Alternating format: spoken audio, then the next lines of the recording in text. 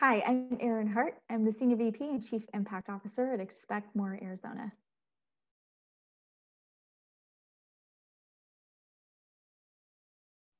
One priority we're focused on this year is making sure that our state assessment is delivered, barring that all the conditions are safe and that schools are able to reopen and kids are able to come in person and safely administer the assessment.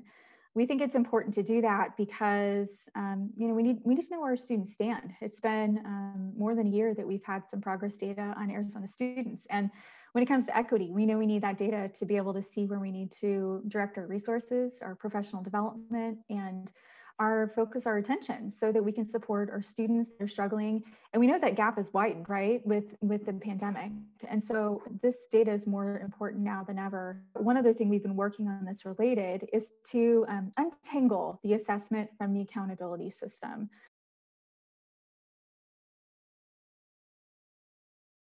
So the project that we did this fall was for us to design a tool that would enable us to get direct feedback from communities across the state that were facing educational inequities.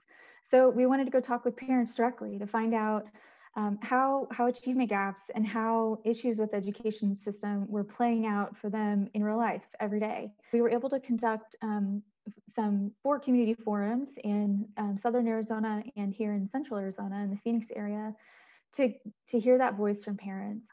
We sought out to really dig in to better understand achievement gaps and opportunity gaps and the systemic impacts and barriers that have been in place that have challenged students all across our state for many, many, many years.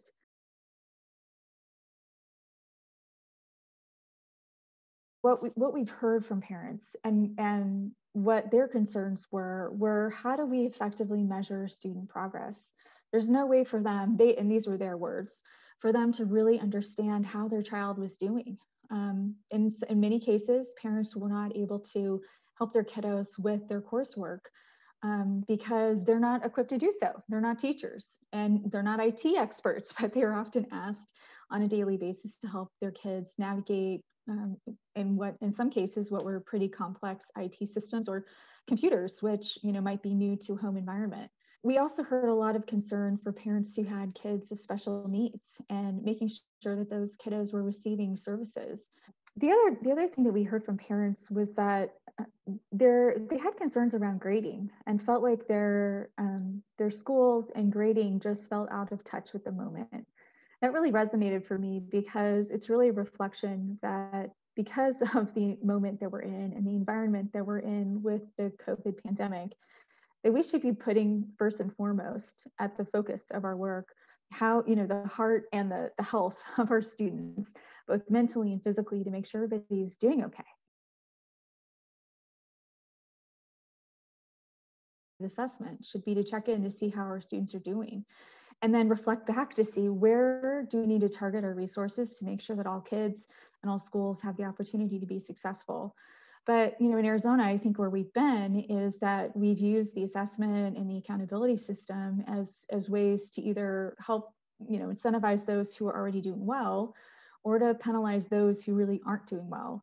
And Arizona has tied financial resources to the outcome of both the assessment and the accountability system. Real opportunity for Arizona to take a step back, to get back to the purpose of what an effective assessment and accountability system could be and who they're for, who the audience is, and to do it through a lens of equity, right? To do it through a lens of how are we going to help the students who need the most help? How are we going to support the teachers in struggling schools?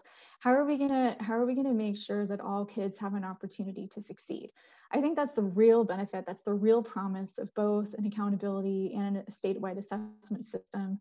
And my hope is that through the pandemic that, we'll have this moment to pause and reflect and hopefully shift in a way that allows us to accomplish that. Value of this project for us in Arizona has been that we've been able to access this incredible group of advocates from across the country who are doing similar work to us, who all have hearts for equity and who have done this work before. So we were able to use their examples and their knowledge to help us shape the tools that we used, that shaped our action plan, and even shaped some of the people that we hired on to be facilitators.